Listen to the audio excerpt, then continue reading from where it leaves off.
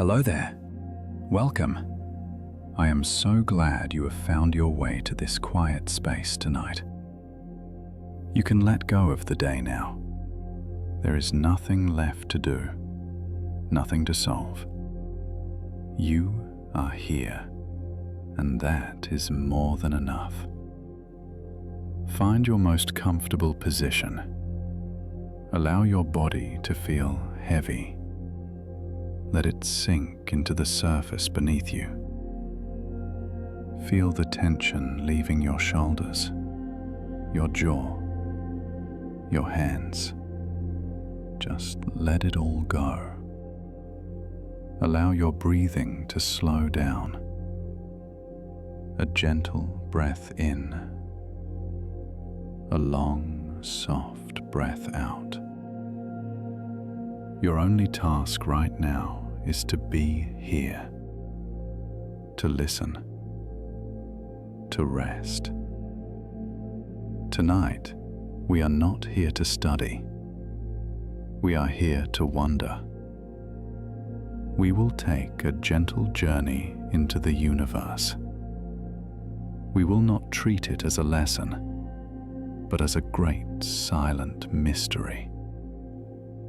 A peaceful story to hold your mind. A soft place for you to drift.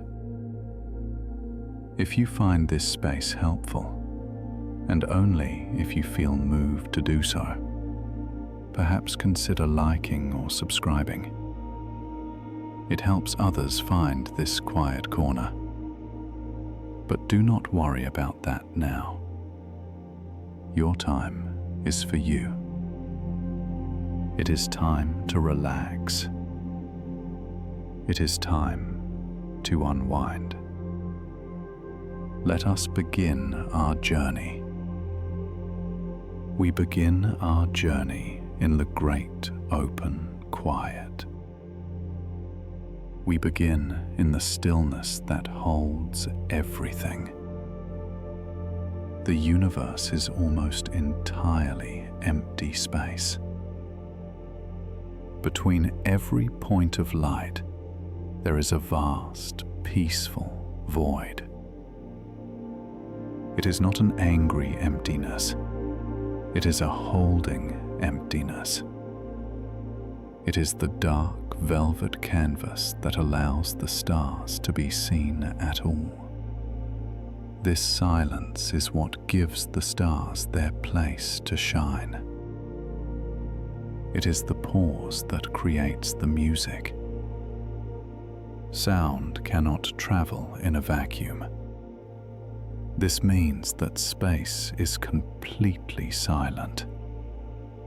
The most powerful explosions, the birth of stars, the collision of galaxies, all of it happens in a profound, deep quiet. The universe is a silent film, playing out in perfect peace. All of its great power exists in stillness. The distance between galaxies is almost impossibly large. If our Milky Way galaxy was a single dinner plate, the nearest major galaxy, Andromeda, would be another plate, 25 feet away. Everything in between is just quiet, open space. There is so much room in the universe, so much room to simply be. Our solar system is surrounded by a vast, distant shell of icy objects. It is called the Oort cloud.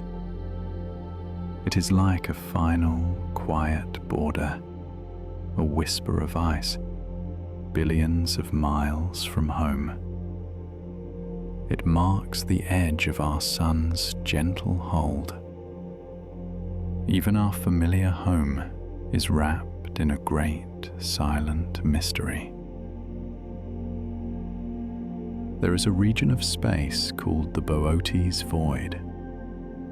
It is an enormous spherical region with very few galaxies. Astronomers sometimes call it the Great Nothing. It is a place so vast, our own galaxy could pass through it and barely notice. It is a pocket of profound stillness. The universe is not afraid of being empty. It finds peace in the vastness. Even the atoms that make up your body are 99.99% empty space. The chair you are resting on, the air you breathe, your own hand, they are all made of that same quiet void as the universe. You are not a solid thing. You are a beautiful structure of energy, held together in the quiet. The baseline temperature of deep space is just 2.7 Kelvin.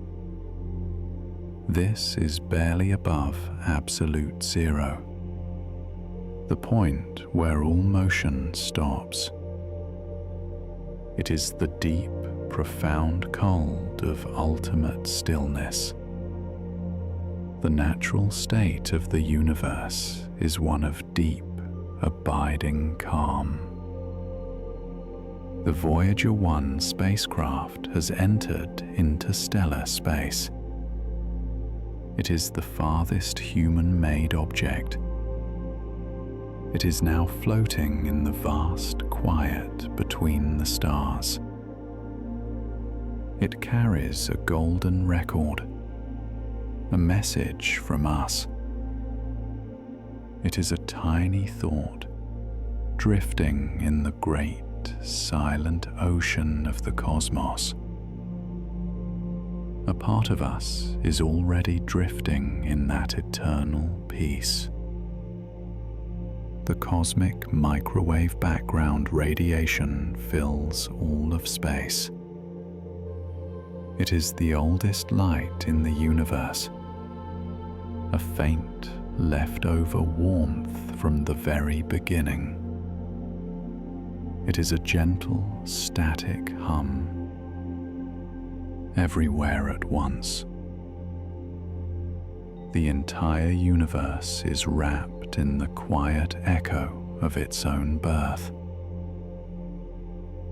The night sky is dark because the universe is expanding. If the universe were static, the light from all the infinite stars would fill the sky. It would be bright, always. But the universe expands. It stretches the light. It gives us the gift of darkness.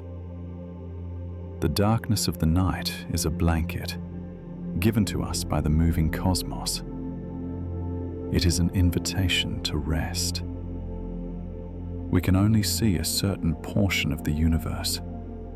This is called the observable universe. It is not because the universe ends. It is because the light from objects farther away has not had time to reach us. There is more beyond what we can see. More peace. More silence. The universe is greater than our understanding. And that is a restful thought. Light travels incredibly fast, but space is so vast that light still takes time. The light from our own sun takes 8 minutes to reach us. The light from the next nearest star takes 4 years. When you look at the stars, you are seeing the past. You are looking at quiet, gentle history. Our galaxy and all the galaxies near us are being gently pulled toward a mysterious point in space called the Great Attractor. We do not know what it is. It is a hidden, silent force, a slow, cosmic river, pulling us all toward a common, quiet destination. We are all moving together, even when we feel still. If you could look at all the light in the universe at once and average it all out, the color would be a soft, beige white. Scientists have named it cosmic latte.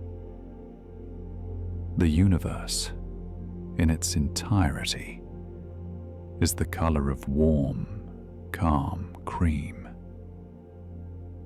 It is a soft and gentle color. The universe is expanding, and the expansion is getting faster.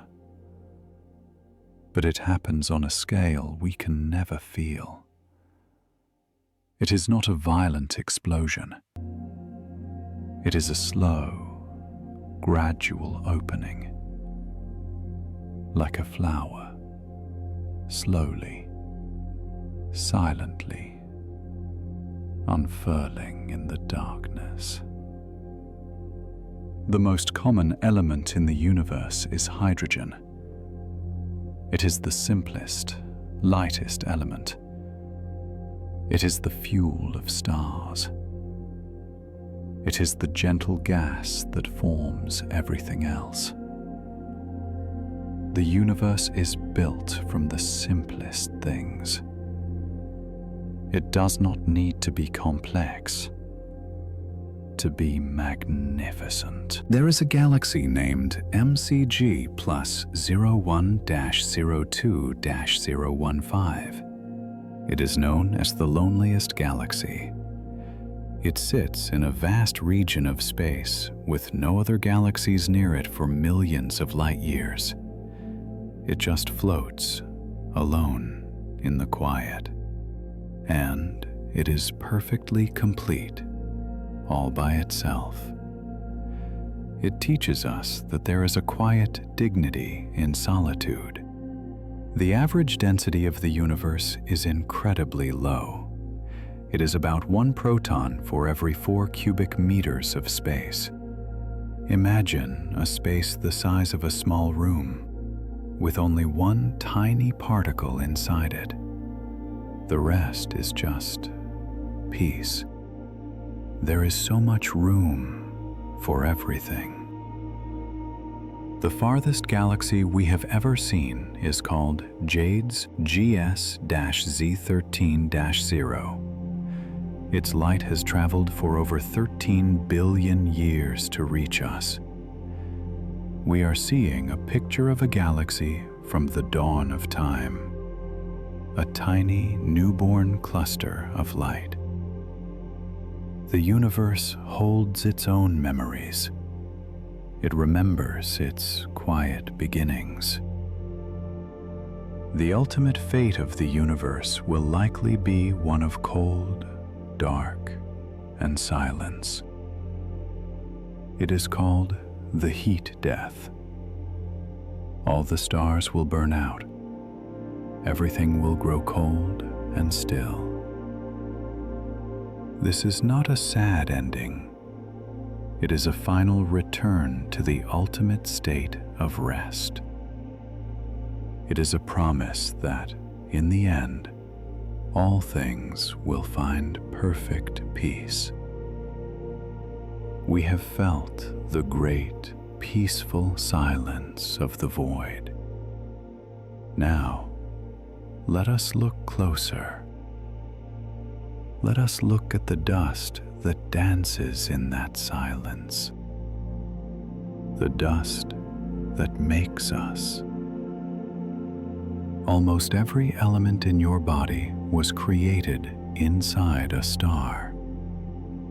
The iron in your blood, the calcium in your bones, the oxygen you are breathing in right now. None of it began here on Earth. It was all forged billions of years ago in the hot, gentle heart of a star. You are not just looking at the cosmos. You are the cosmos looking back at itself. Carbon is the foundation of all known life, and carbon is only made inside stars. In the final, quiet moments of a star's life, it fuses simpler elements. It creates this beautiful, complex atom. An atom that can build worlds and trees and people. Life is not an accident. It is a gift from the universe. Stars are the great alchemists. They spend their long lives turning simple hydrogen into helium, and then into carbon and oxygen and iron. They are patient factories, slowly building the universe. All the materials of existence are born from this calm, steady work. The universe is patient and purposeful. Many of the heavier elements, like gold and platinum, are born in a supernova. This is the moment a massive star ends its life. It is not a violent end. It is a final, generous act. The star scatters all the precious elements it created far out into space. It is a legacy offered to the future, so that new worlds and new life can begin. By mass, nearly 93% of your body is stardust. Think of that for a moment. The vast majority of you has traveled for billions of years across light years of space to be here tonight, resting. You are a collection of ancient memories, a piece of the cosmos made conscious. The atoms in your body are ancient and well-traveled. The atom in your hand may have once been inside a comet. The atom in your breath may have been part of a distant nebula. Atoms are never created or destroyed.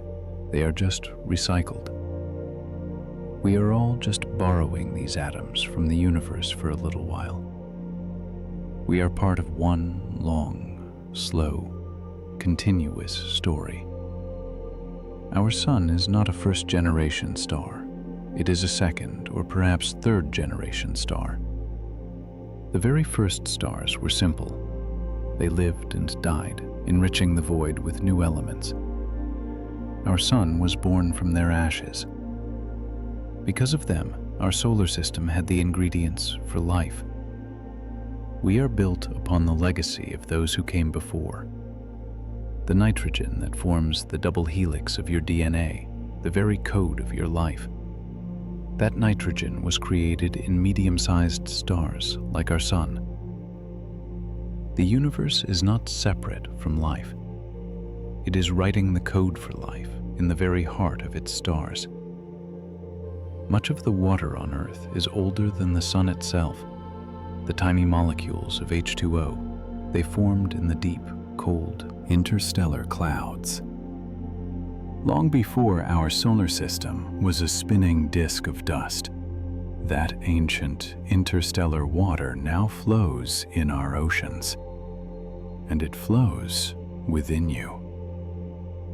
You are drinking the water of the ancient cosmos, the iron at the very center of our Earth, the core that gives us our magnetic field and protects us. That iron was forged in the final moments of a dying, massive star.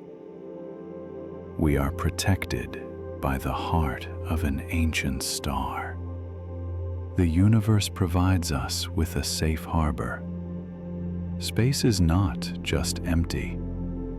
It is filled with vast, beautiful clouds of molecules. Astronomers call them molecular clouds. They are cold, dark, and quiet. but they are not empty. They are the cradles where new stars are waiting to be born. They are cosmic wombs holding the potential for new light. Our entire solar system, our sun, our Earth, all of it was born from one of these clouds. A giant, spinning disk of gas and stardust. All of us, all the planets, we are siblings, born from the same cloud at the same time. We are one cosmic family. The very ground beneath you, the silicon in the rocks, the soil, the sand. This too was created in stars. It settled down over billions of years to form this planet. The Earth is a patient accumulation of stardust. A quiet place built for us to rest upon. The oxygen that fills your lungs with each breath. It was created in a star, and it was also released here on Earth by ancient plants. It is a double gift, a gift from the stars and a gift from the Earth. Every breath connects you to the sky and to the ground. When you feel small looking at the night sky, remember this connection. You are not separate from it. You are a part of it. The star and the observer are made of the same material. You are the universe's way of knowing itself. If you wear a piece of gold jewelry, that gold was not made on Earth. It was likely forged in the collision of two neutron stars, an event of incredible power so far away. It created this beautiful, heavy element that now rests gently on your hand. You are wearing a piece of a cosmic miracle. We are made of common materials, carbon, hydrogen, oxygen. But the arrangement, the pattern that makes you, that is incredibly special. You are common dust, organized in the most rare and beautiful way. A living, breathing, thinking piece of the universe. It is not just us. The trees outside your window, the pet sleeping in the room, the distant planets. Everything is made of this same star stuff. It is the thread that connects all things. We are all one. Stars are still being born today in faraway nurseries like the Orion Nebula. And stars are still ending their lives right now. They are scattering new elements into space. The universe is not finished. It is still creating. It is still giving. It is a story that is still being written. We are simply stardust. We are not the center of the universe. We are just a brief, beautiful moment in its long life. And in this realization, there is a profound peace. There is no pressure. There is no burden. We are just here to be, to rest, and to drift. The stardust has settled. It has formed worlds. Now, let us watch these worlds as they move. Let us watch the quiet dances of the solar system. Gravity is not a force pulling things down. Einstein described it as a curvature, a gentle dip in space and time. Large objects, like our Sun, create a deep, gentle curve. And the planets, like Earth, are not being pulled. They are simply rolling along that curve. We are not trapped. We are following the most natural, peaceful path through space. The Earth has been in its stable orbit for over 4 billion years. It is a steady, reliable path. It has kept us at the perfect distance from the Sun. Not too hot, not too cold. It is a rhythm, a steady cosmic heartbeat, allowing life to unfold in its own unhurried time. The universe provides us with consistency. All the planets in our solar system orbit on almost the same flat plane. It is called the ecliptic plane. It is a beautiful, orderly arrangement, a reminder of our shared birth from that one spinning cloud of dust. They are not scattered. They are a family, all moving together in one harmonious disk. There is a deep, underlying order to the chaos. Right now, you are traveling through space at over 67,000 miles per hour, or 107,000 kilometers per hour. You do not feel it. There is no rush, no wind, no sense of speed, because everything is moving with you. The air, the oceans, the ground. It is a perfect, shared, and silent motion. We are on a gentle journey, even when we are perfectly still. The Sun's gravity holds our entire solar system together. It is a constant, gentle embrace. It reaches out for billions of miles, holding on to every planet, every comet, every grain of dust. It is the anchor that gives us our home, a center of warmth and stability, holding us all in its care.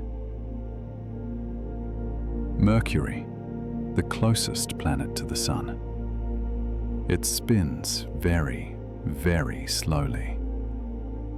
One day on Mercury lasts for 176 Earth days. Imagine a day where the Sun barely moves across the sky. A day of incredible stillness. The universe operates on many different timelines. It is not always in a hurry. Venus is wrapped in a thick, heavy blanket of clouds. We can never see its surface from here. It is a world of mystery, a secret, hidden beneath a soft, pale yellow veil. It reminds us that not everything in the universe is meant to be seen. Some beauty lies in the mystery. From space, our home is a beautiful sphere of blue, white, and green. A pale blue dot, as Carl Sagan called it. It is a tiny, fragile oasis in the vast, silent dark. All of our worries, all of our joys, all on this one small, quiet world. It is a precious thing to have a home. Mars is a world of quiet rust. It has the largest volcano in the solar system, Olympus Mons. It is a silent, sleeping giant. It has canyons far deeper than our own. It is a world of quiet, grand and ancient geology, a silent testament to a time long past. Between Mars and Jupiter, there is a great belt of asteroids.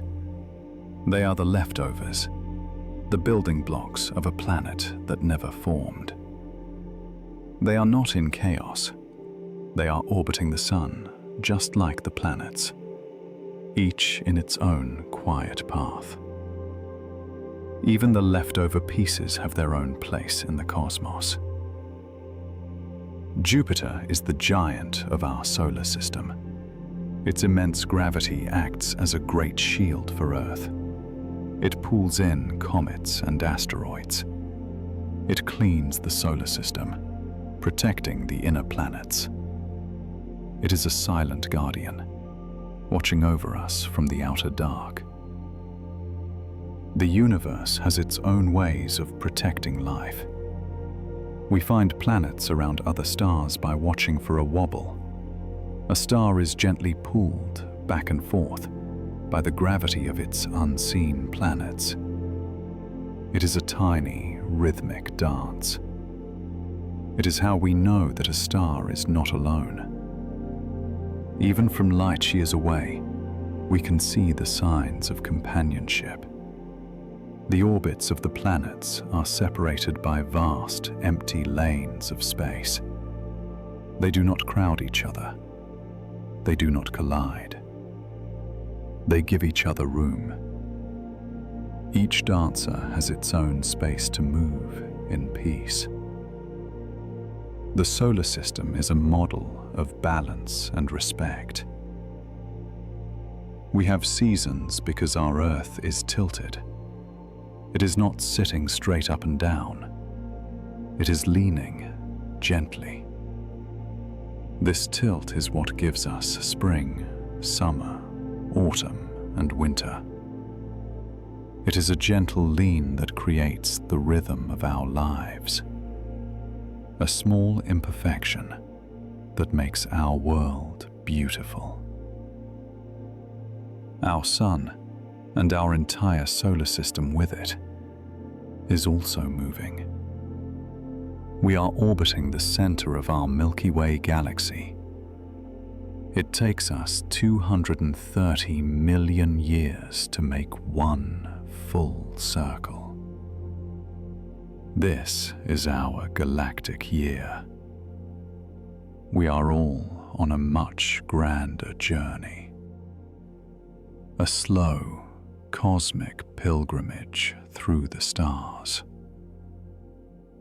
The planet Uranus is tilted completely on its side. It is the only planet that spins sideways. Perhaps it was knocked over long ago. Now, it rolls along its orbit like a quiet, spinning ball. The universe is full of unique characters. Each one has its own history, its own way of being.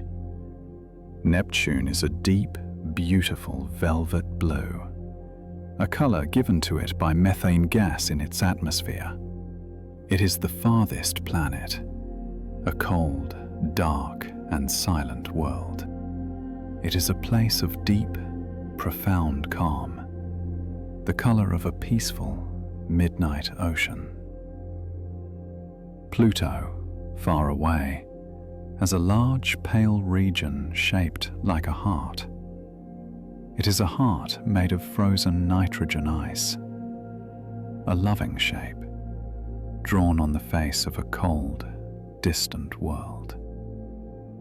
The universe leaves these soft, gentle symbols in the most unexpected and quietest of places. Ancient philosophers believed the movement of planets created a sound, a music of the spheres. In the silence of space, there is no sound, but there is a mathematical harmony, a set of beautiful, precise ratios in the orbits. It is a silent, mathematical music, a symphony of gravity and motion. One day, billions of years from now, our sun will expand. This dance will end. But that day is so very far away. It is not a thought for tonight. Tonight, the dance is steady. The orbits are sure. Everything is stable. Everything is in its place. And you can rest. Let your mind drift past the asteroid belt. We are moving into a larger space now, the home of the gentle giants, the gas planets. The fact of gas giants. The four outer planets, Jupiter, Saturn, Uranus, and Neptune, are all gas giants. They have no solid surface to stand on. They are just giant orbs of spinning gas and liquid. Oceans in the sky. Soft worlds with no sharp edges, no hard ground. Just endless floating clouds. Jupiter's great red spot. Jupiter has a giant storm, the Great Red Spot. It has been raging for hundreds of years. It is larger than our entire Earth. But from here, it looks peaceful. A swirl of rust-colored paint. A timeless pattern. A great storm, but a silent one. Even the greatest chaos can look still from a distance. The speed of Jupiter's day. Jupiter spins faster than any other planet. A day there lasts for only 10 hours. It turns in a great hurry, but it still holds its perfect round shape. It is a large but graceful dancer. It reminds us that it is possible to move quickly and still be at peace. The failed star Jupiter is so large, it is almost a star. If it had been just a little more massive, its core could have ignited. It could have become the second sun. But it did not. It chose to remain as a cold, quiet planet. The guardian for the inner worlds. Not everything is born to burn brightly. Some things are born to protect. The rings of Saturn. The rings of Saturn are a beautiful thing. They look solid, but they are not. They are made of billions and billions of small ice particles. Some as small as dust, some as large as a house. All of them are floating, suspended in a silent dance. A timeless river of ice flowing around a world. The greatest beauty is made from the smallest things. The thinness of the rings. Saturn's rings are hundreds of thousands of miles wide, but they are incredibly thin. In most places, they are only about 30 feet thick, 10 meters. They are a delicate, thin sheet of paper stretched across the sky. A grand structure that is also fragile and light. Power does not always mean being dense. There is beauty in being thin and wide. The ring rain. Saturn is slowly pulling in the ice particles from its innermost rings. They fall into the planet as a frozen, invisible rain. A silent rain that lasts for millions of years. The planet is slowly, gently reabsorbing its own rings, like a tree pulling in its sap. The universe wastes nothing. Everything returns to the source. Uranus's pale blue. Uranus has a soft, pale blue color, not the deep blue of Neptune. It is a pastel blue, the color of the robin's egg, a color of absolute calm, a world of serenity drifting in the outer edges of our system. The universe has an endless palette of peace. The cold of Uranus. Uranus is the coldest planet in our solar system, colder even than Neptune, which is farther away. It radiates very little heat from its core.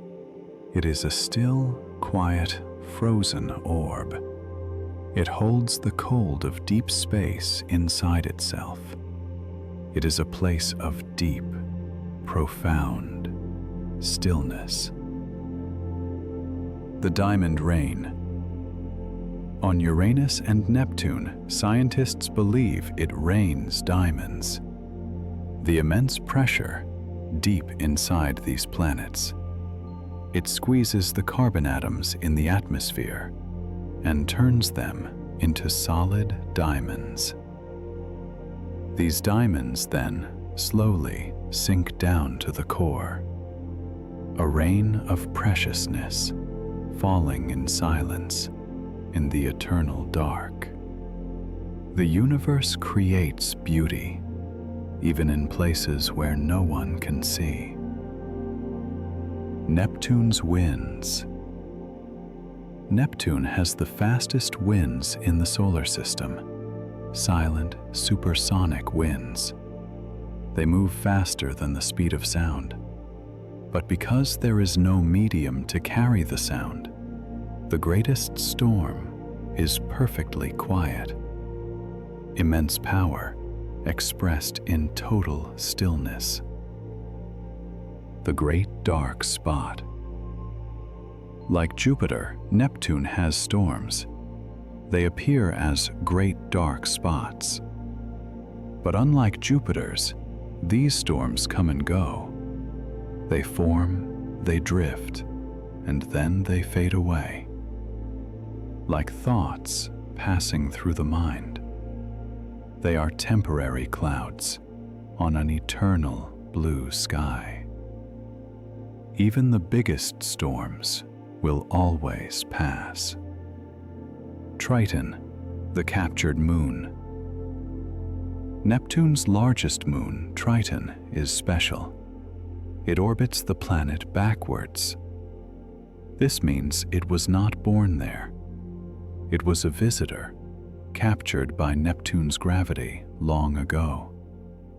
A wanderer that found a home. The universe has gentle ways of bringing things together. The smell of gas giants. If we could smell the atmospheres of these giants, they would not smell pleasant. Jupiter and Saturn would smell of ammonia. Uranus and Neptune would smell of hydrogen sulfide.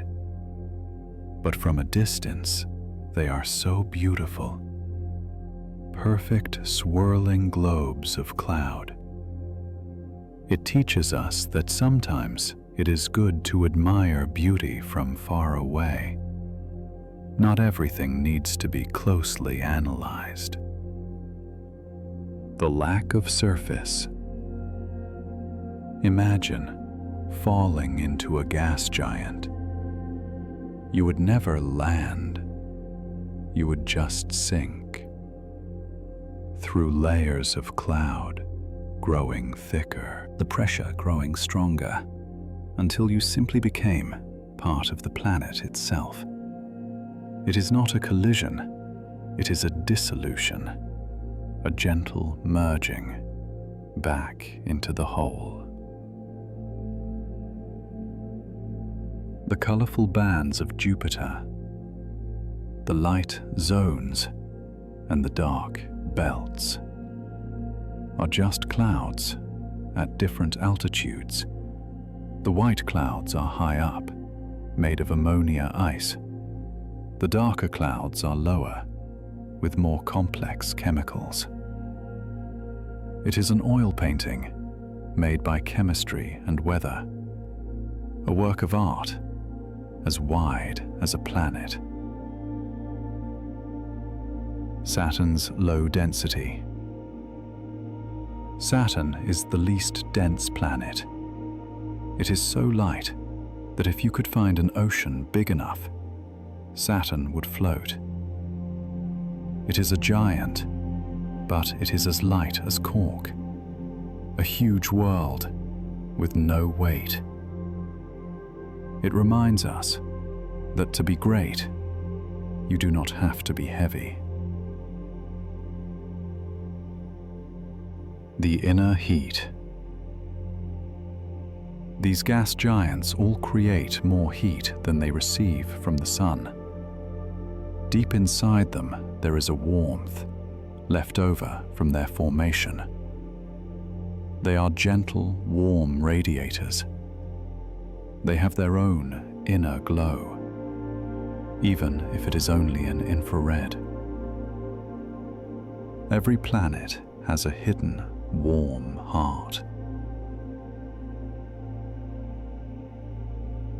The outer darkness. These planets drift in the cold, far from the sun. The sunlight there is weak and pale. They live in a perpetual twilight. They are worlds of shadow and quiet, the silent gatekeepers of the outer solar system, where the warm light gives way to the cold peace. The gentle giants. They are called giants, but they are so gentle. They are soft worlds of gas and ice and cloud. They drift in silence, wrapped in their rings and their moons. They hold the balance of our solar system. They are the large, silent, peaceful guardians. We have seen the great, silent giants. Now, let us turn our gaze to the smaller lights, the ones that circle them, the quiet attendants, the loyal companions, the moons. Our moon was likely formed from the Earth itself. Long ago, a great impact sent a piece of our young planet into space. But it did not leave. It stayed. It gathered itself. And it became our constant, quiet neighbor. Even a sudden chaotic event can create a lifetime of gentle companionship. The moon is tidally locked to the Earth. This means it always shows us the same face. For all of human history, we have looked up at the same familiar patterns, the same steady silver gaze. It holds its other side, the far side, in mystery. True companionship is not about seeing everything. It is about a steady, constant, and reliable presence. Our moon is slowly, very slowly, drifting away from us. Just a few centimeters every year. The same speed that your fingernails grow. It is not a sudden departure.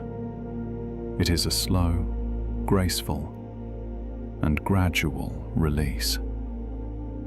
A quiet goodbye, told over billions of years. All things are gently, slowly, finding their own path. We are able to have stable seasons because of our moon. Its gentle gravity holds the Earth steady. It stops our planet from wobbling too much on its axis. Without it, our climate would be chaotic. The moon is a quiet anchor, a stabilizing presence that keeps our world calm. We are held in balance by this gentle, loyal friend. Jupiter is not just one world, but a system. It has at least 95 known moons, a vast family of companions.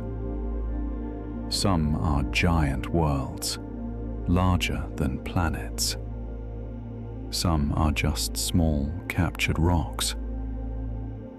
Jupiter is a great, gentle heart, with enough gravity to hold so many.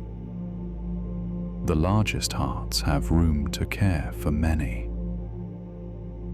Jupiter's moon, Io, is the most volcanically active place in the solar system. It is constantly being stretched and squeezed by Jupiter's immense gravity. This constant motion warms its core. It is not a cold, dead world. It is a world of constant fire and constant renewal. Even great pressure can be transformed into warmth and creation. Jupiter's moon, Europa, is covered in a shell of smooth, white ice. But beneath that ice, there is a vast, hidden ocean. An ocean of liquid salt water, larger than all of Earth's oceans combined. It is a dark, silent, secret sea. It holds the potential for life hidden from our view. The deepest truths are often found beneath a quiet, frozen surface. Ganymede is the largest moon in our entire solar system. It is even larger than the planet Mercury. It is a giant, orbiting a giant. It is so large, it even has its own magnetic field. A world, complete in itself, that has chosen to be a companion. You can be powerful and magnificent, even while orbiting another. Saturn's largest moon, Titan, is the only moon with a thick, dense atmosphere, a thick orange haze that hides its surface. It has clouds and wind and rain. It has rivers and lakes and seas, not of water, but of liquid methane. It is a strange, quiet, and cold reflection of our own world. The universe repeats its beautiful patterns in the most surprising ways. Saturn's moon, Enceladus, is a small, bright, white world. It is covered in clean, fresh ice. And from its south pole, great plumes of water ice spray out into space. Great, silent geysers. They are proof of a warm, liquid ocean, hidden deep inside. Even the smallest, coldest-looking things can have a warm, active heart. Saturn's moon, Iapetus, is a moon of two faces. One side of it is as bright as fresh snow. The other side is as dark as charcoal. It is a world of perfect, sharp contrast. Light and shadow bound together, orbiting as one. It is a quiet reminder that all things contain both light and dark. Saturn's rings are so thin and perfect because of shepherd moons, tiny moons just a few miles wide. They orbit just inside or just outside a ring. Their gentle gravity herds the ice particles. It keeps them in a neat, thin line. It does not take great power to create order, just a small, steady, guiding hand. All four of the gas giants have rings. Saturn's are the most famous. But Jupiter, Uranus, and Neptune have faint, dark rings of dust. These rings are not permanent. They fade and are reborn from passing comets.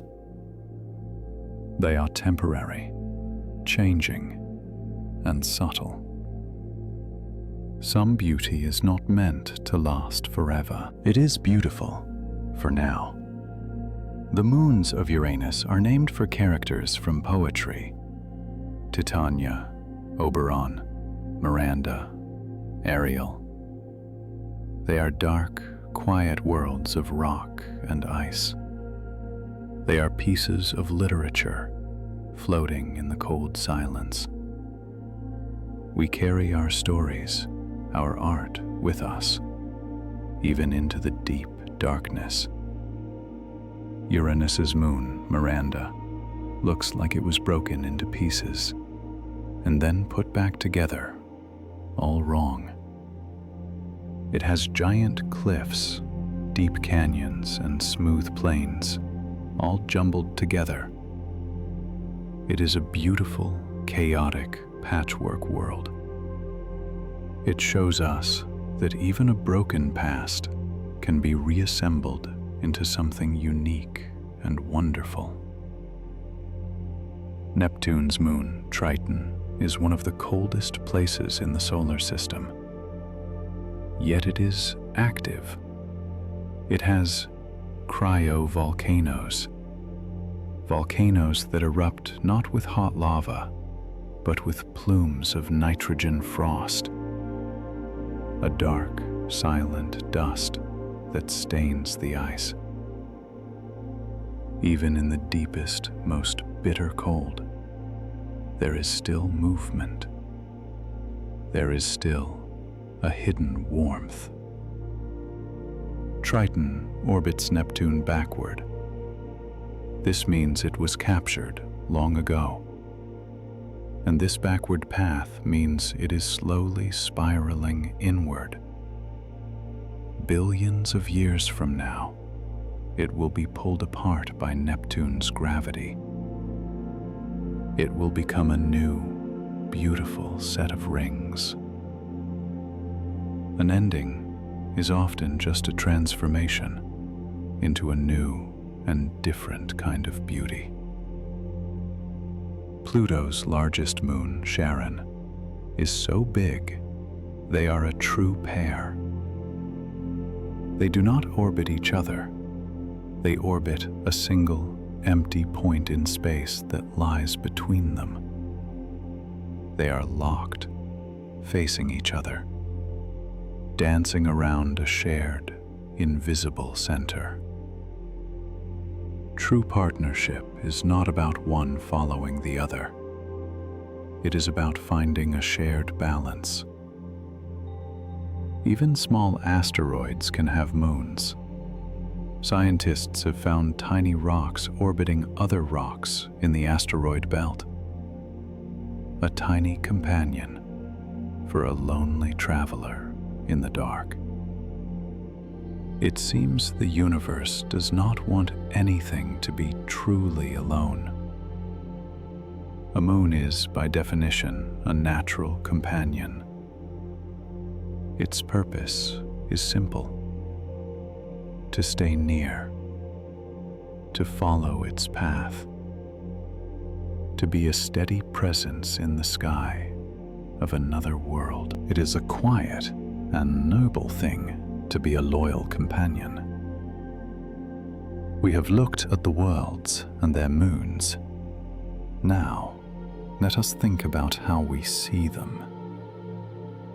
Let us rest our minds on the messengers, the invisible streams that carry the story.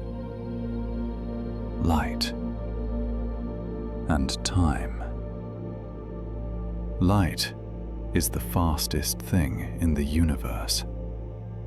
It moves at an incredible speed, 186,000 miles per second, or 300,000 kilometers per second. But in the context of space, it is actually very slow. It is a messenger with a speed limit. This limit is what creates our past. It is what allows us to see history just by looking up. Light is a beautiful paradox. Sometimes it behaves like a tiny single particle, a photon. Other times, it behaves like a flowing wave in the ocean. It is both at the same time. It is a particle of now and a wave of always. It teaches us that things can be two opposites at once and still be perfectly true. Because light has a speed limit, we never see things as they are. We see them as they were.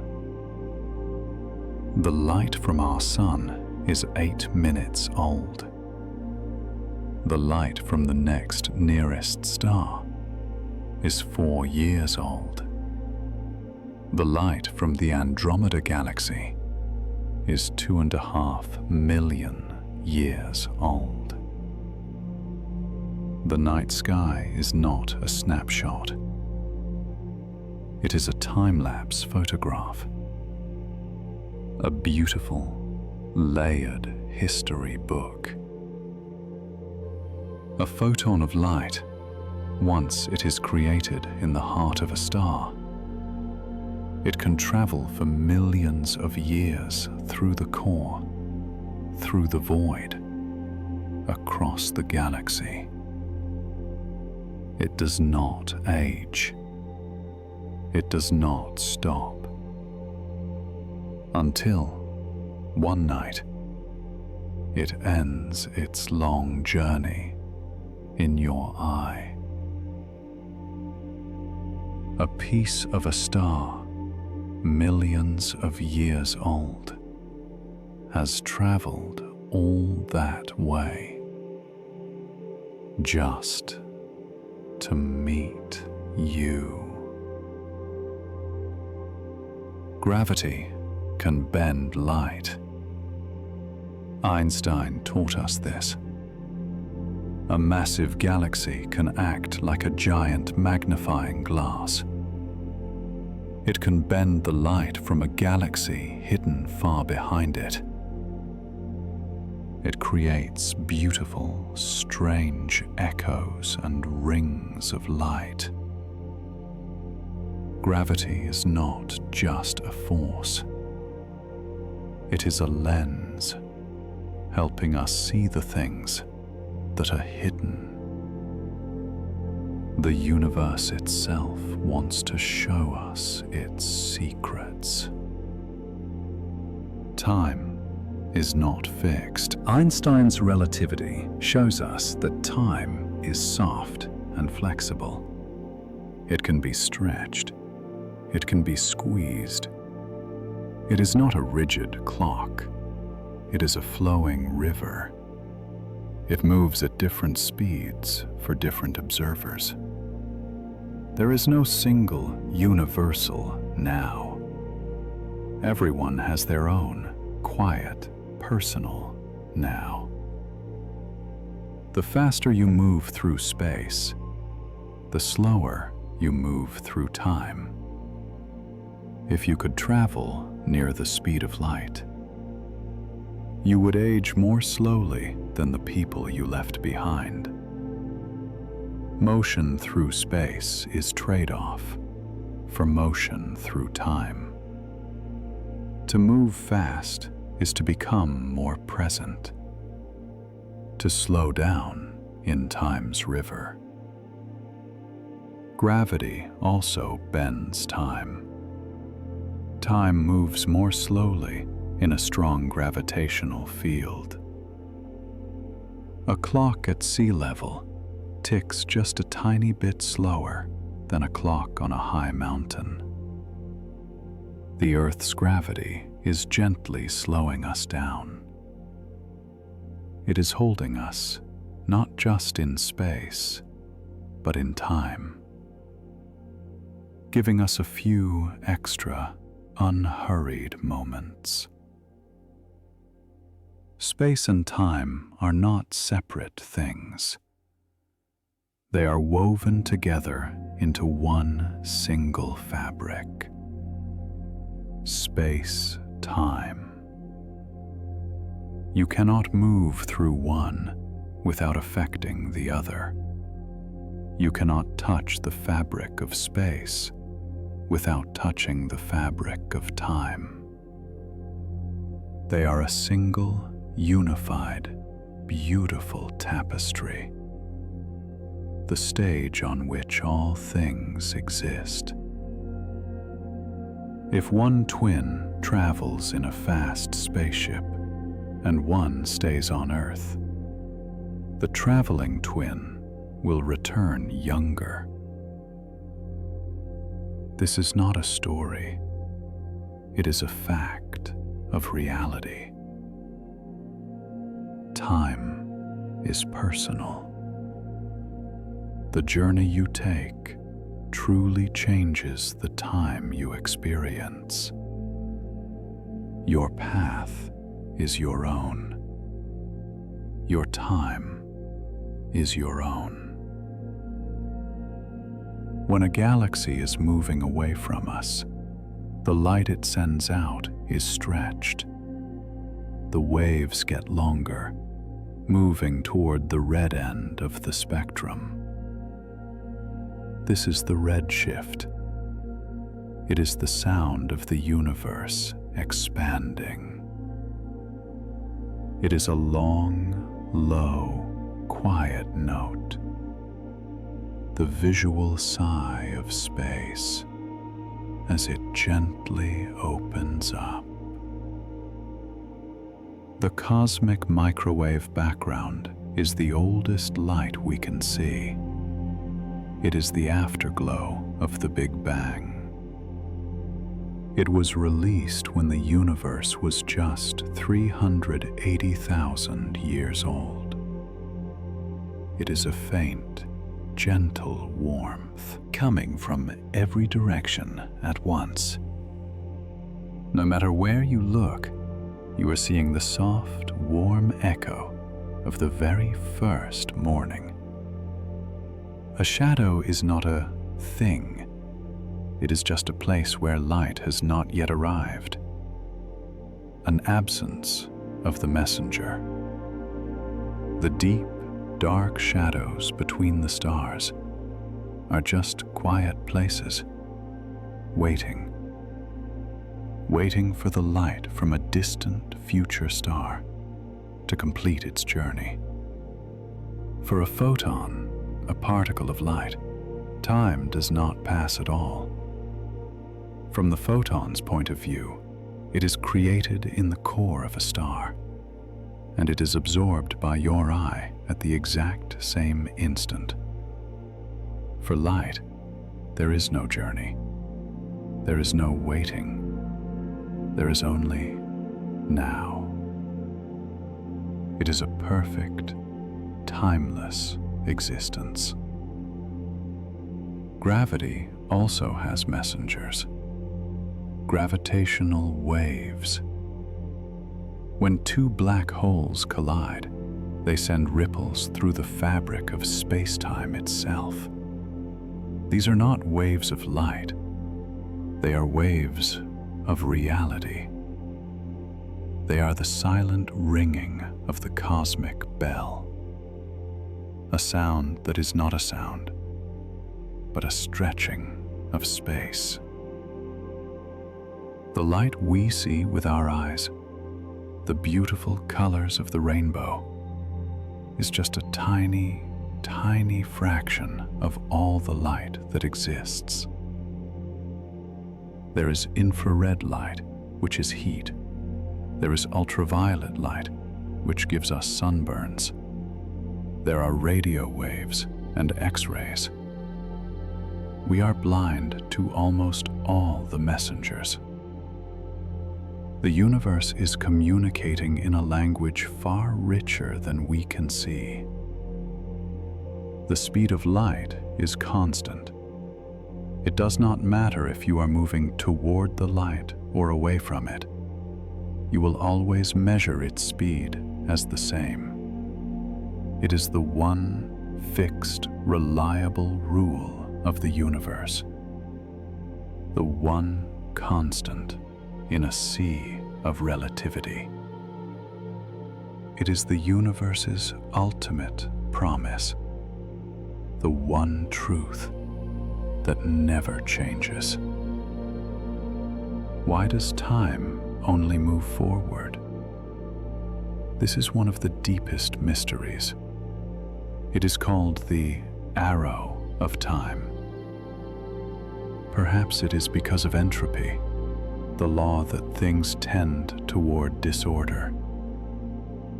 Time is the process of the universe gently unfolding, of the egg becoming the bird.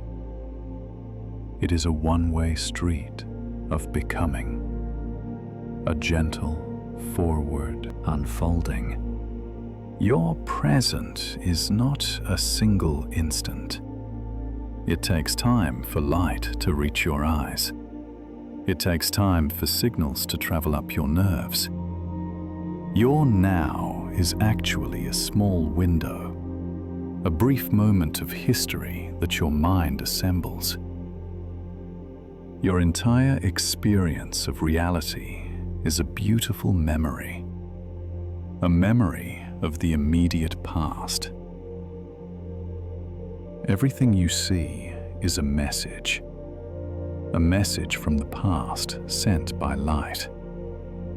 The rock, the tree, the face of a loved one.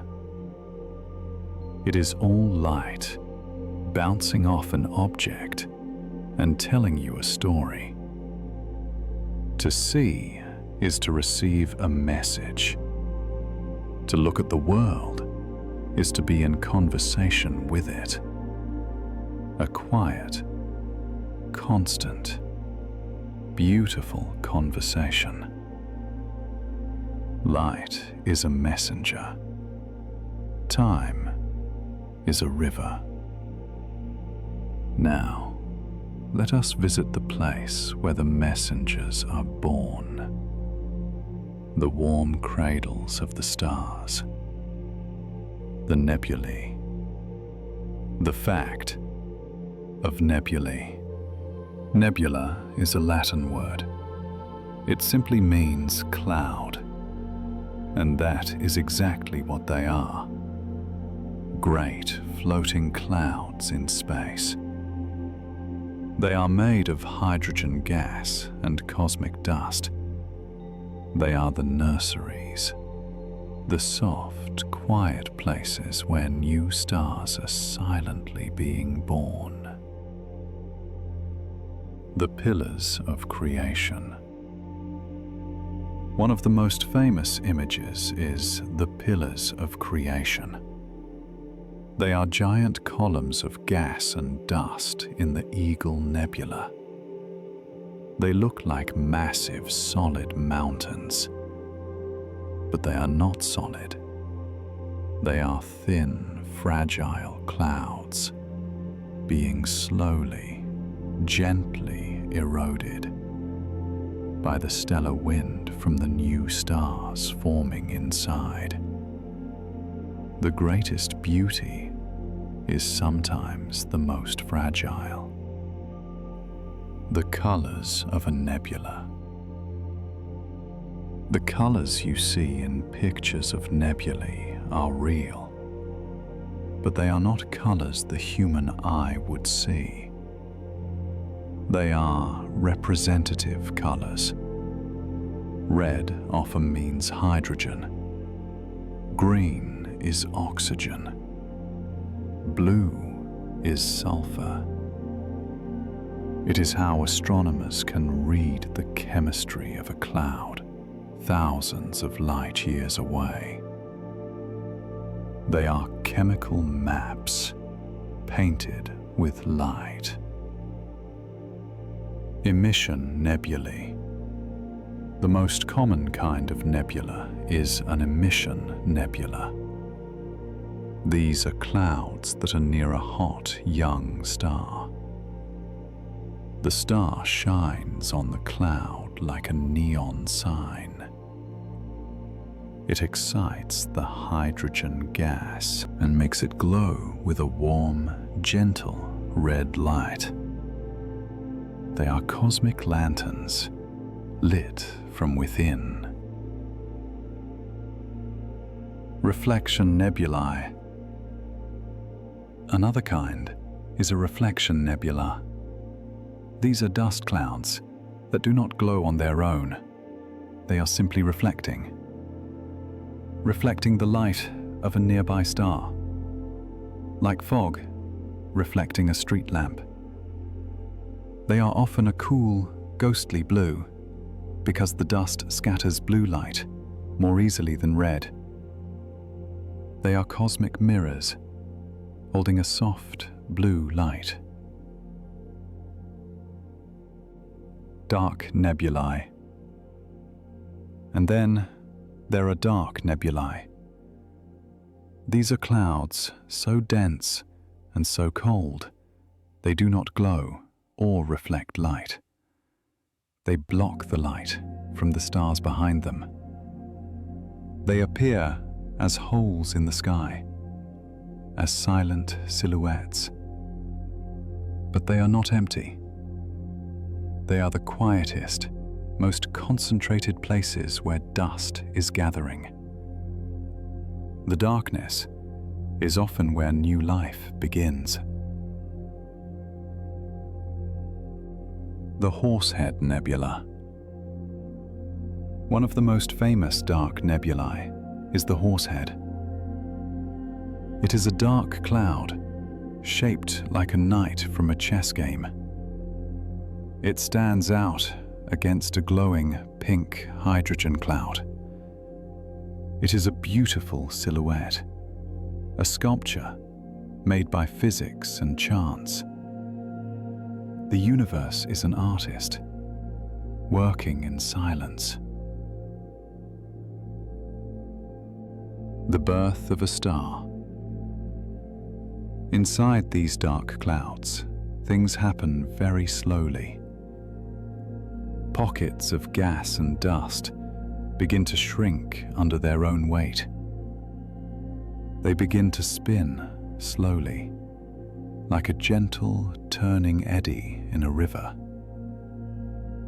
They pull in more matter, growing denser, growing warmer. 1 million years passes by. The protostar. When that core becomes hot enough and dense enough, it is called a protostar. It is not a real star yet. It is not yet ignited. It is a stellar embryo, a warm, glowing orb of gas wrapped in its dusty cocoon. Every great beginning starts in the dark and the warm. The Titari phase. When the young star finally ignites, it blows out powerful stellar winds. These winds clear away all the leftover gas and dust, like someone opening the windows in the morning, letting the sunlight flood in. The star is clearing its home. It is announcing its birth to the universe. The stellar nursery nebulae often give birth to more than one star. They create hundreds or thousands of stars all at once. An open cluster, all of them born from the same mother cloud. They are true siblings.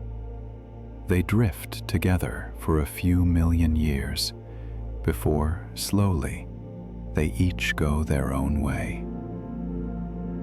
We all begin as part of a family.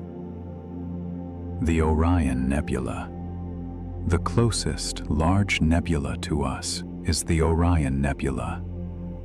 You can see it with your naked eye, a fuzzy patch in the constellation of Orion.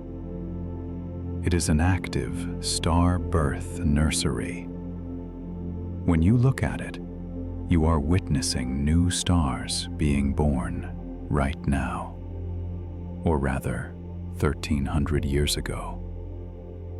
It is a reminder that creation is always happening. The womb of space. These clouds are the wombs of the universe. Soft, nourishing, protective places, shielding the infant stars from the harsh radiation of space. Just like all life, the life of a star also begins in a place that is safe and quiet. Planetary nebulae. There is one other kind of nebula. It is not about birth. It is about an ending. They are called planetary nebulae. This is what happens when a star, like our sun, dies. It does not explode. It just exhales. It gently shrugs off its outer layers into space, forming beautiful, glowing bubbles of gas. The Ring Nebula. A famous example is the Ring Nebula. It looks like a cosmic smoke ring, a perfect glowing circle. In the very center is a tiny white dot. That is the core of the dead star, a white dwarf. The star is gone, but it is still illuminating its own beautiful remains. It turns its ending into a work of art. The Helix Nebula. The Helix Nebula is sometimes called the Eye of God. It looks like a giant eye staring at us from space. It is a beautiful, peaceful reminder of a star that lived its full life and is now at rest. An ending does not have to be a frightening thing. It can be a beautiful, calm release. The Butterfly Nebula. Some planetary nebulae are shaped like butterflies or hourglasses. This is because the dying star puffs its gas out faster at its poles, creating these beautiful, symmetrical wings of light. Even in its final moments, a star can create grace and balance and beauty. The circle of life. The clouds that the dying star exhales, they do not go to waste. They carry the heavy elements the star created, carbon and oxygen. They float through space, and one day they will mix with a new nebula, a new star nursery, and become the building blocks for a new generation of stars and new planets, and perhaps new life. The finite life of a cloud. These nebulae do not last forever. The pillars of creation will one day be eroded completely. The Orion Nebula will one day use up all its gas.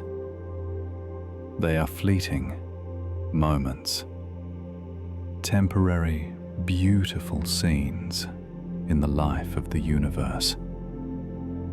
That just makes them more precious. The softness of creation. The birth of a star. It sounds so dramatic, but it begins in the cold, in the dark, and in the silence. It is a slow contraction, a gentle gathering. The universe does not need noise to make a miracle. It just needs time and patience. The stars have been born. The planets have settled. But the solar system is still full of the ancient debris, the silent travelers from the dawn of time, comets, asteroids, and meteors. The fact of asteroids. Asteroids are rocks. They are the leftover building materials from the formation of the planets. They are the tiny worlds that never grew up. Most of them drift peacefully in the asteroid belt between Mars and Jupiter. They are the pebbles in our cosmic garden.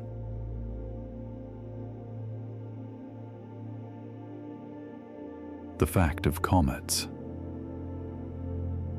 Comets are different. They are not rock. They are dirty snowballs, a mixture of ice and dust and rock. They come from the very far, very cold places. The Kuiper Belt or the Oort cloud. They are visitors from the frozen outer suburbs. The comet's tail. When a comet gets close to the sun, it begins to warm up. Its ice turns directly into gas. This is called sublimation. This gas and the dust it carries forms a long, glowing tail. The tail always points away from the sun. It is pushed by the solar wind. It is like a banner in the cosmic breeze, a beautiful, frozen flag. Two-tails comets often have two tails. A curved, yellowish-white dust tail, it follows the comet's path, and a straight, blue ion or gas tail. It points directly away from the sun. It is a cosmic weather vane, showing us which way the wind is blowing. Every traveler carries two stories, one of where it has been, and one of the forces that are pushing it. Halley's Comet.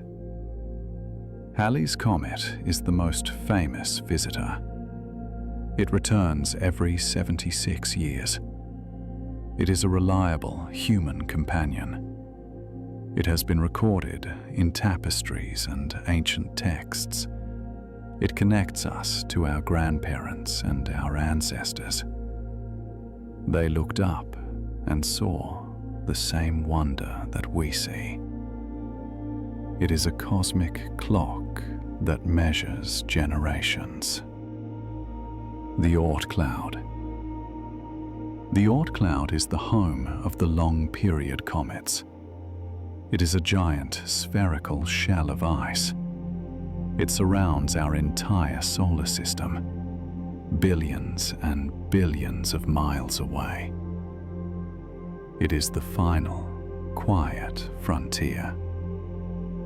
There are trillions of comets floating there, in the dark and the cold, waiting for one small gravitational nudge to begin their long, slow journey inward. The universe is holding so much wonder in reserve. Meteors. A meteor or shooting star is not a star.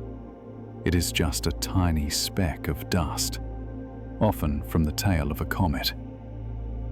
When the Earth passes through that dust cloud, these tiny grains burn up in our atmosphere, creating a fast, fleeting streak of light. It is the goodbye wave of a speck of cosmic dust, a bright moment before it is gone. Meteor showers. When we see a meteor shower, we are flying through the old path of a comet. They are predictable events.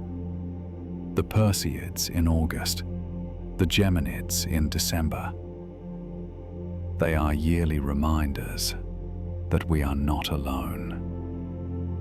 We are swimming through invisible rivers of dust. Meteorites. Sometimes a larger piece survives. It makes it all the way through the atmosphere and lands on the ground. Then it is called a meteorite. It is a rock from space, a visitor that has completed its journey.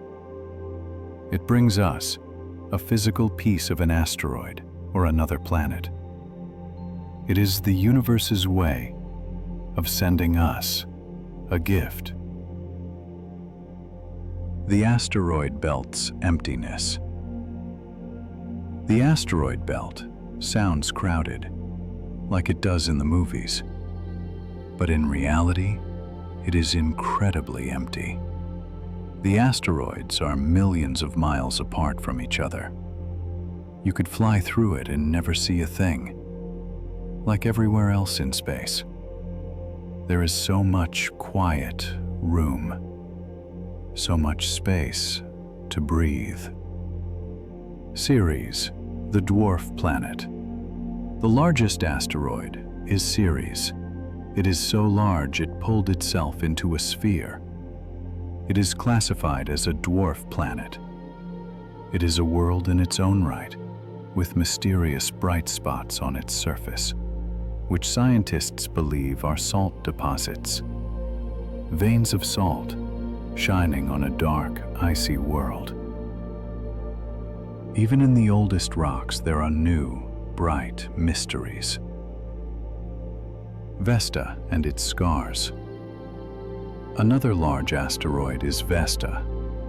It has a giant impact crater at its south pole, so large that the collision blasted pieces of Vesta all through the solar system. Some meteorites that have landed on Earth have been matched directly to Vesta. A scar tells a story and shares a piece of itself with us so far away. Interstellar visitors. In 2017, we spotted Oumuamua, the first known visitor from another star system. It was a dark, cigar-shaped object tumbling. It did not stay. It just passed through, said hello, and continued on its journey into the dark. The universe is a place of brief passing encounters, a network of travelers. The amino acids. Scientists have found amino acids, the basic building blocks of life, inside meteorites and on comets. This means the ingredients for life are not just on Earth. They are flying and floating all through space. Life may be a seed carried by these ancient travelers. The water bringers. It is believed that most of the water on Earth was delivered here long ago by comets and icy asteroids. Our oceans. The water in your body may have begun as part of a cold comet, traveling for billions of miles through the dark. We are made from the gifts of these travelers. The Trojan asteroids. Not all asteroids are in the belt. Jupiter has 2 great clouds of asteroids. They are called the Trojans. They follow Jupiter in its orbit.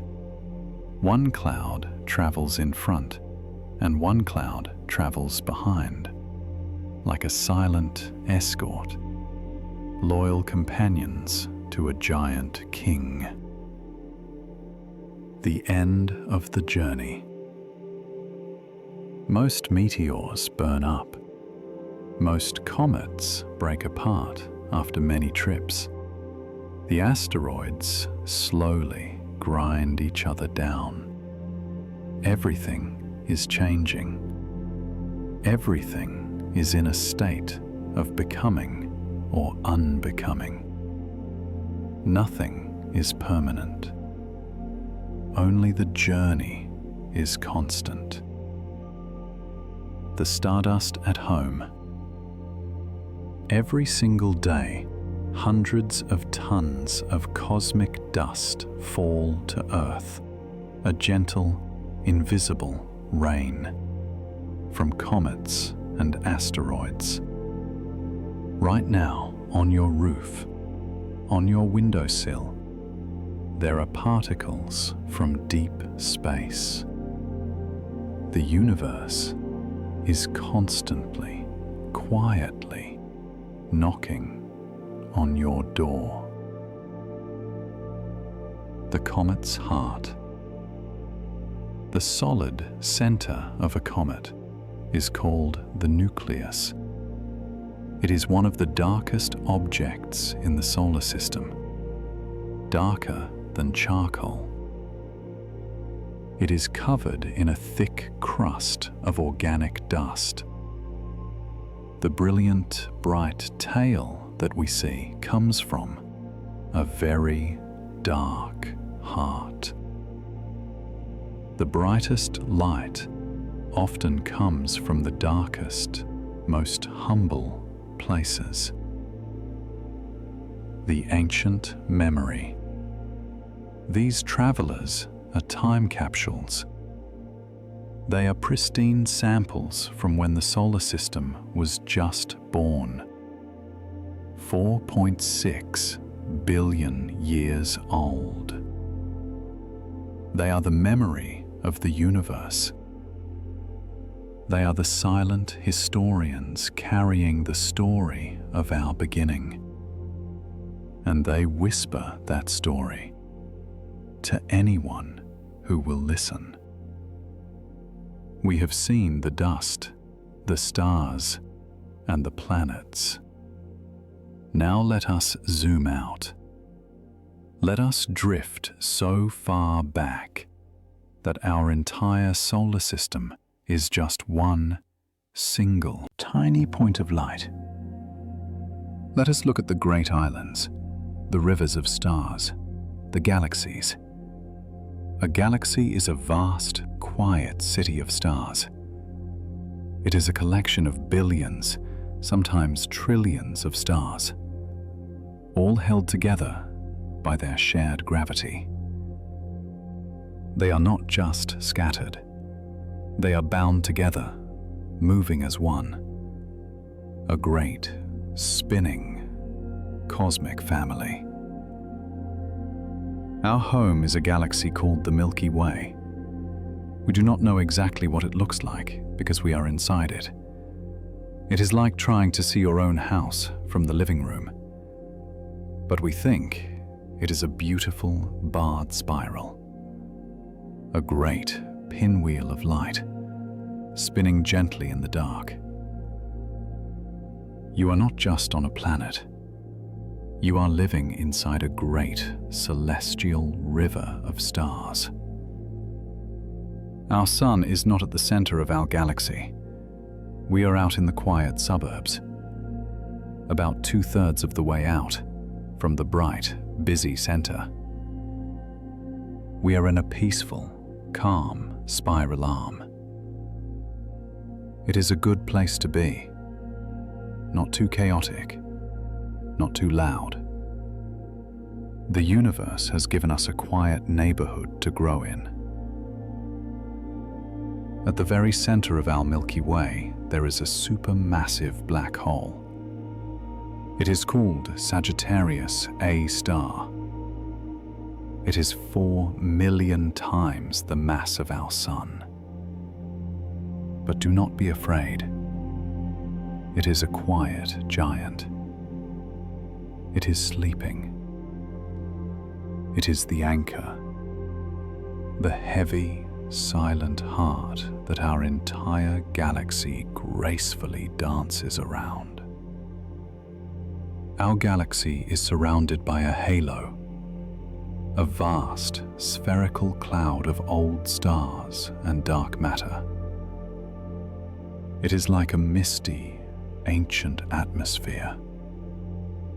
It holds our galaxy, the way a soft blanket holds a child. Our bright, spinning disk is wrapped in a sphere of ancient, invisible peace. Our nearest large neighbor is the Andromeda Galaxy. It is 2.5 million light-years away. On a very dark night, you can just barely see it. A faint, fuzzy patch of light. You are looking at 1 trillion stars. So far away that their light has traveled for 2 million years to reach you. It is the farthest thing your naked eye can see. A sister city across the great void. Our Milky Way and the Andromeda Galaxy are moving toward each other. They are being pulled together by their mutual gravity. Billions of years from now, they will merge. It will not be a violent crash. Space is too empty for that. The stars will not collide. They will just pass through each other, like 2 ghosts dancing. They will merge and settle into one new, even larger galaxy. It is not an end. It is a cosmic union. We used to think our galaxy was the entire universe. Now we know it is just one of at least 2 trillion galaxies. 2,000 billion For every star in our own galaxy, there is an entire galaxy out there. The universe is more vast, more full of wonder than we can ever imagine. And in that, there is a kind of peace. The pressure is off. We are just a tiny, beautiful part. Our Milky Way and Andromeda are the two largest members of a small collection of galaxies. It is called the Local Group. It is our little cosmic neighborhood. It contains about 80 galaxies, most of them small dwarf galaxies. We are not alone. We are part of a small, quiet, local cluster. Our local group is just one small part of an even bigger structure. The Virgo supercluster, a massive collection of thousands of galaxies, all slowly, gently, being pulled toward a common center. We are all connected, all part of a great flowing river of galaxies. That river has a name. It is Laniakea, a Hawaiian name that means immeasurable heaven. It is the great supercluster that we belong to. Your address is not just your street or your town. Your home is Earth, in the solar system, in the Milky Way, in the local group, in the Laniakea supercluster. You are a resident of an immeasurable heaven. Many galaxies like ours are spiral galaxies. They have beautiful, graceful arms that twist out from the center. These arms are the bright blue regions. They are the nurseries. They are the places where new stars are being born. A spiral galaxy is a sign of youth and creation. It is a pinwheel spinning out new life. Other galaxies are elliptical. They are smooth oval shapes, like a soft, glowing cosmic egg. They are made of older, redder stars. They do not have star-forming nurseries anymore. They are the old, quiet, settled galaxies. They have finished their busy work of creation, and now they are just resting, glowing warmly in the dark. Large galaxies grow by absorbing smaller ones. Our Milky Way is currently absorbing several small dwarf galaxies. It is not a violent act. It is a slow, gentle merging. The smaller galaxy becomes a star stream, a river of stars that flows into the larger one. It is how the universe combines and grows. The small becomes part of the great. These star streams are the dissolved leftovers. They are like trails of sugar dissolving in water. They wrap around the galaxy in great looping arches. They are beautiful, ghostly memories, reminders of the smaller families that came together to build the great river of light we call home. Our galaxy is built from memories. If you zoom out all the way, the galaxies are not scattered randomly. They form a structure a cosmic web. Long, glowing filaments of galaxies stretching across the universe, separated by vast, dark, empty voids. It looks like the neurons in a brain or the roots of a great tree. The entire universe is a single, connected, living structure. Galaxies come in two main colors, blue and red. The blue galaxies are the spirals, actively making stars. The red galaxies are the ellipticals that are finished. It is a simple, beautiful life cycle.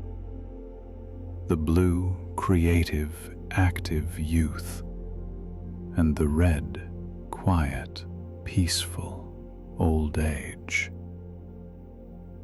The universe has a plan for every stage of life.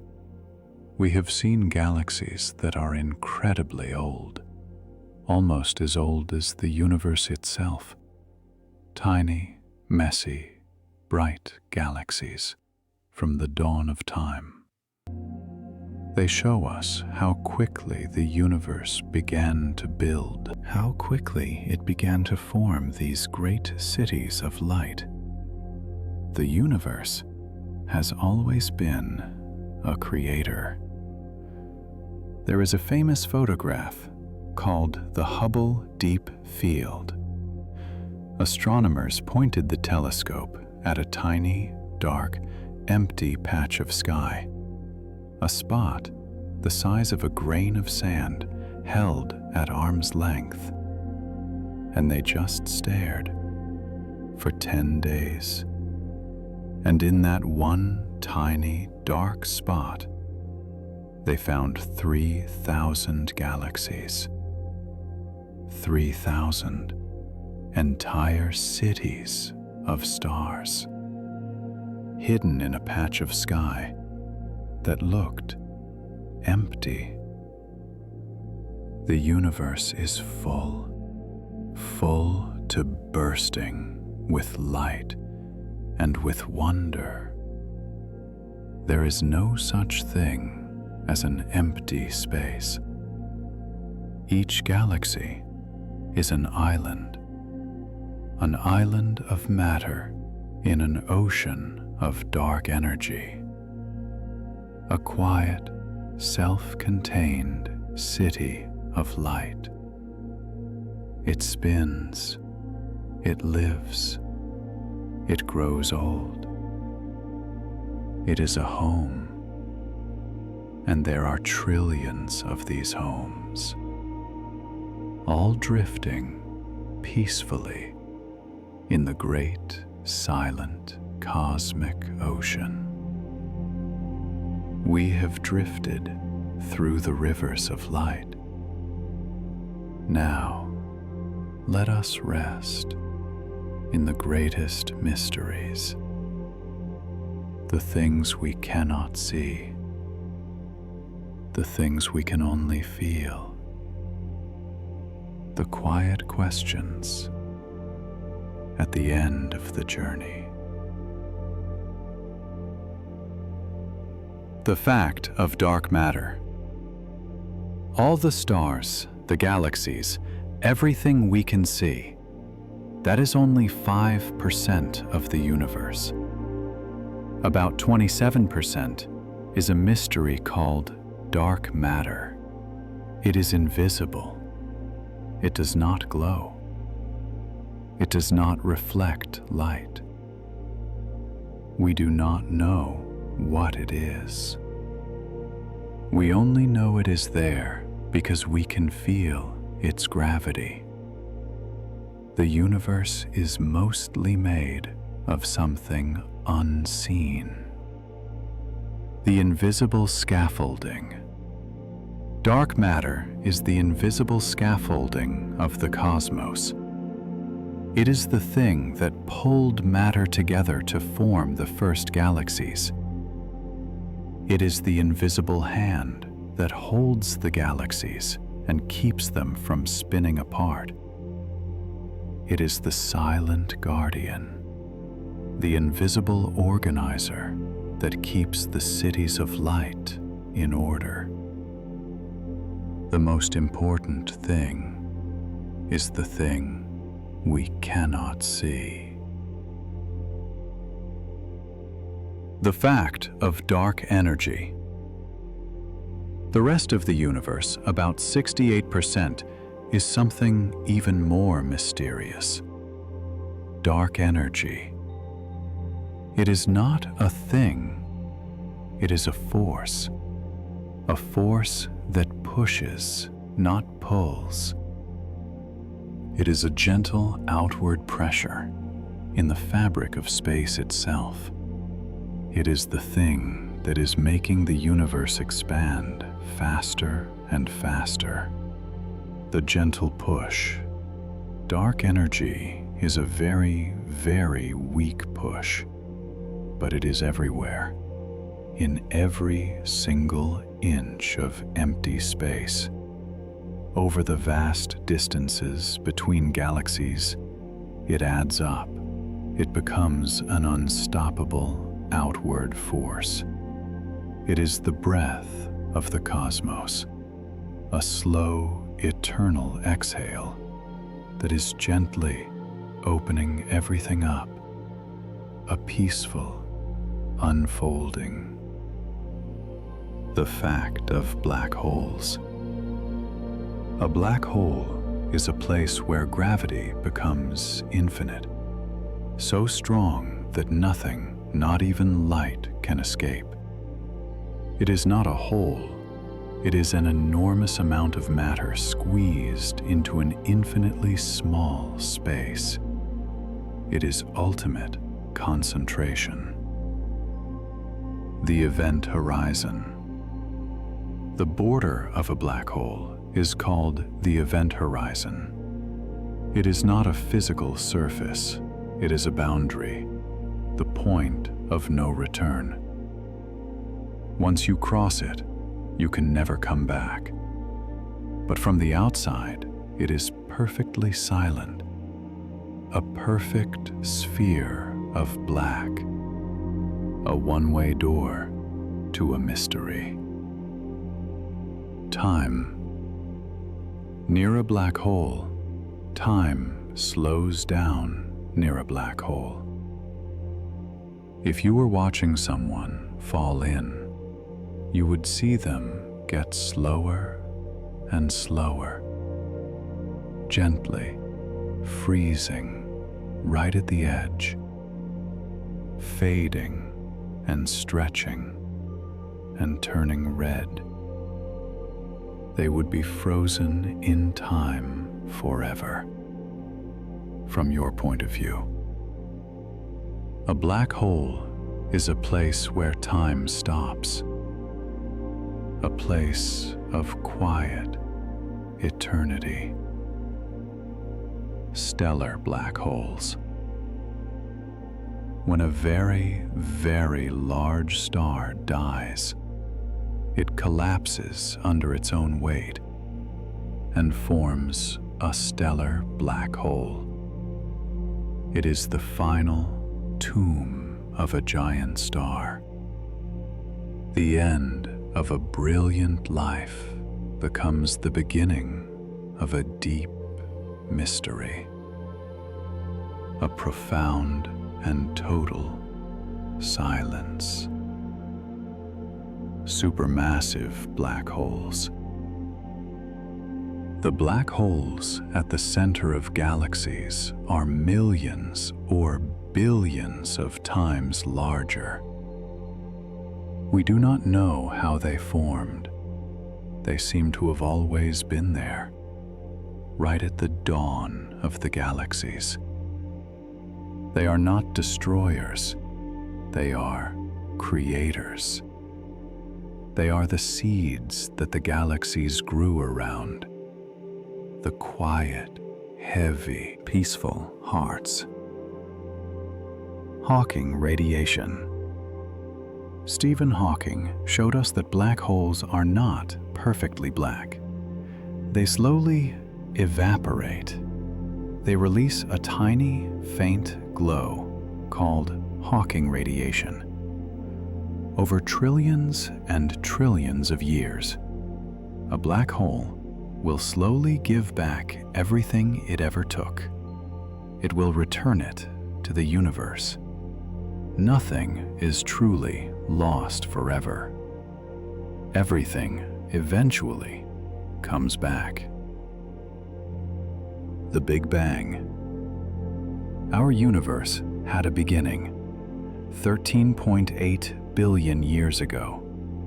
It began from a single point, infinitely small, infinitely hot, infinitely dense. A singularity. Everything you see, every star, every atom was once inside that tiny point. We all started together. The first 3 minutes. The entire chemical recipe for the universe was set in the first 3 minutes. The universe cooled just enough for protons and neutrons to form, and then for them to fuse into hydrogen and helium. The entire fuel supply for all the stars was created in a moment, shorter than the time it takes to make a cup of tea. A brief, efficient beginning. The echo of the beginning. The echo of that beginning is still here. It is the cosmic Minecraft precautions, microwave background, that oldest light. When you tune an old television to a static channel, a tiny part of that fuzz is it. You are seeing and hearing the leftover glow from the dawn of time, the quiet hiss of creation. The flatness of the universe. The universe appears to be perfectly flat. Its geometry is perfect. This is very strange. It implies a delicate, perfect balance between the matter pulling it in and the dark energy pushing it apart. It is resting on a perfect knife edge of balance, a perfect piece on the largest scale. The future. The future will likely be cold and dark, as dark energy pushes all the galaxies away from each other until our sky is empty. Just our own local stars. And then the stars will burn out one by one. The universe will settle into a heat death, a final, cold, quiet stillness, a final, ultimate return to a state of perfect rest. The multiverse. Some theories suggest our universe is not the only one. There may be an infinite number of other universes, other bubbles of reality, with different laws of physics. Some may have no light. Some may last for only a second. We may be just one, part of an infinite ocean of possibilities. It is a humble thought. The great silence. We look at the sky, and we do not see anyone else. It is called the Fermi paradox. If the universe is so big, why is it so quiet? Perhaps life is incredibly rare. Or perhaps civilizations all choose to become quiet. Perhaps ultimate intelligence is stillness. The anthropic principle. The laws of physics seem to be fine-tuned perfectly for life. If gravity were a little weaker, stars would not form. If it were a little stronger, the universe would have collapsed. Why? Perhaps the universe knew we were coming. Perhaps it was made to be seen, to be witnessed in its beauty. The unknown. This is the greatest truth, that we do not know. We do not know what dark matter is. We do not know what happened before the Big Bang. We are just children, standing on the shore of a great ocean. And that is beautiful. Not knowing is an invitation to keep wondering, a permission to just be in awe. The final fact. The final fact for tonight is this: you are here. You are a part of all of this. You are stardust that is thinking. You are the universe experiencing itself. You are connected to the oldest beginning and the deepest mystery. You are not separate. You are part of the story. And now it is time for that part of the story to rest. Thank you for sharing this time. Thank you for joining this journey into the quiet. If you are still awake, that is perfectly all right. There is no goal here except to rest. And if your mind has already drifted, if you are already asleep, that is wonderful. You are safe. You are resting. You are held by the same gentle gravity that holds the planets in their orbits. You are made of the same ancient dust that builds the stars. Everything is connected. Everything is calm. And all is well. Good night. Sleep well.